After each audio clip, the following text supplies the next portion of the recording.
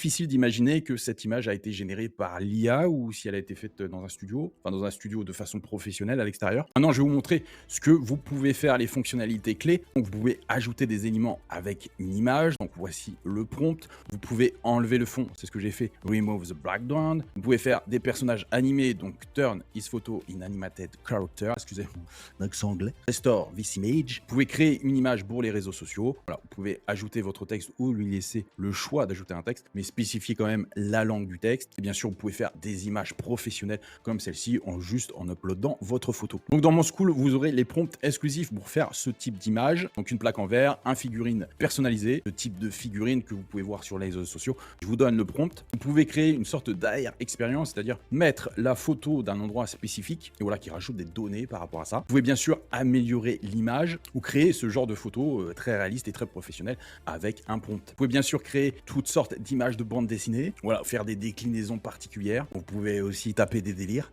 ou faire des portraits très réalistes. Donc ça peut être pas mal aussi comme idée de cadeau pour une personne. Si vous avez envie de faire croire que vous êtes pilote de ligne, vous pouvez le faire. Ou faire ce style de photo ultra réaliste. Vous voyez quand même qu'on se dit, ouais, enfin voilà. Difficile d'imaginer que cette image a été générée par l'IA ou si elle a été faite dans un studio, enfin dans un studio de façon professionnelle à l'extérieur. On est quand même sur quelque chose d'ultra réaliste.